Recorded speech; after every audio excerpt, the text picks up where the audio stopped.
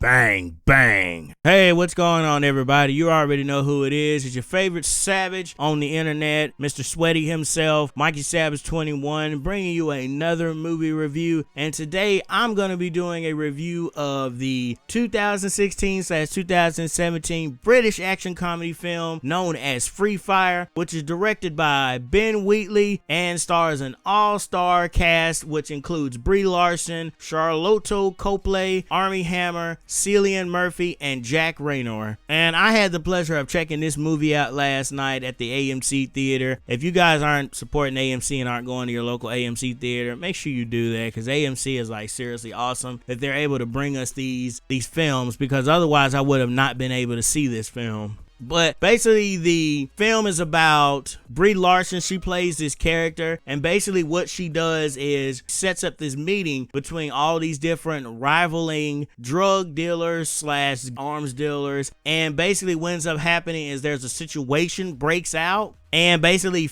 Free Fire starts happening. And so it basically turns into a shoot 'em up type film where they're enclosed in a tight little spot and everybody's taking shots and everybody's getting fired at and everything. I will go ahead and let you guys know right off the top, this is going to be a very short and sweet, straight to the point review, because the film itself was not that long, and the premise again isn't really something that you can really break down as far as, you know, some of my other movie reviews. But again, we have this film, again, it's got like this mobster slash shoot 'em up feel to it, basically. And again, this film, you know, was directed by Ben Wheatley, and I gotta credit him on this for the little bit of cinematography that we had here, because again, we're enclosed into one little tight space. He made up for it with the dialogue, because I'm gonna tell you, one of the things that I really thought was awesome about this film was, besides the realistic nature of them shooting guns and them running out of bullets and them needing to reload, because that's one of the problems that I have with a lot of films that focus heavily on guns, is they are very unrealistic about how many bullets or how many rounds one gun has. And this one, it stays true to that, kind of like how John Wick stays true to that as well.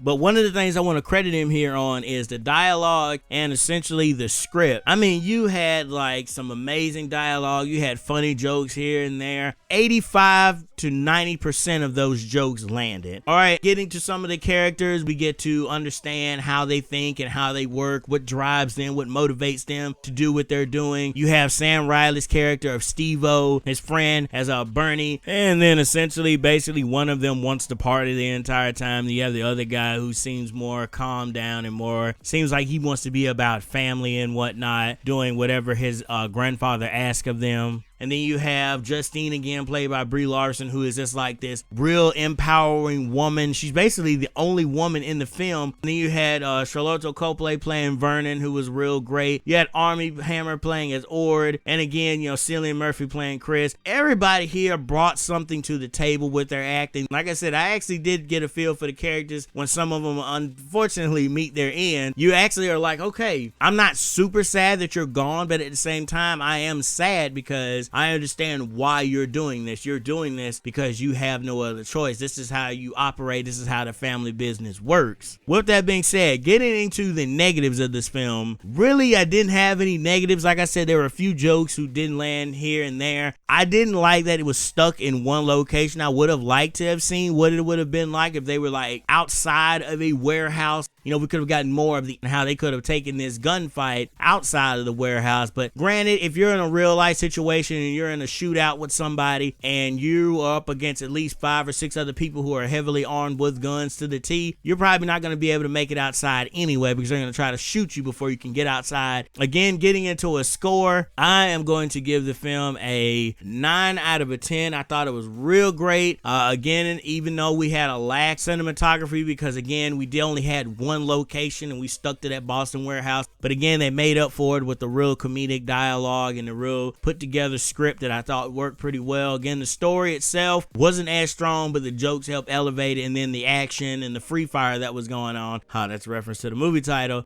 really made up for it and really helped elevate this film to earning its 9 out of 10 score. But guys, with that being said, I'm gonna end this review. What did you think of Free Fire? Have you checked it out? Do you plan to check it out? Let me know down in the comments comment section below. And also make sure you check the description below, because like always, I am going to have a link to the Blu-ray DVD if you want to order it ahead of time via Amazon. Also, if you are interested in films and you want to see me branch out from just my channel, I actually just did a collaboration video with the man himself, Reel to Reel Productions, and we basically just talked about the Fast and Furious franchise and the possible sequels, crossovers, and spin-offs they could have with the series to keep it going. So I'm going to leave a link in the description, but go check out that video. Support Reel to Reel Productions. He's a real cool dude, and I want to support his channel more on here. As always, thank you for checking out this video. Make sure you smash the like button. It helps out the channel immensely. And as I always say, remember to become a savage, stay a savage, and peace out, y'all.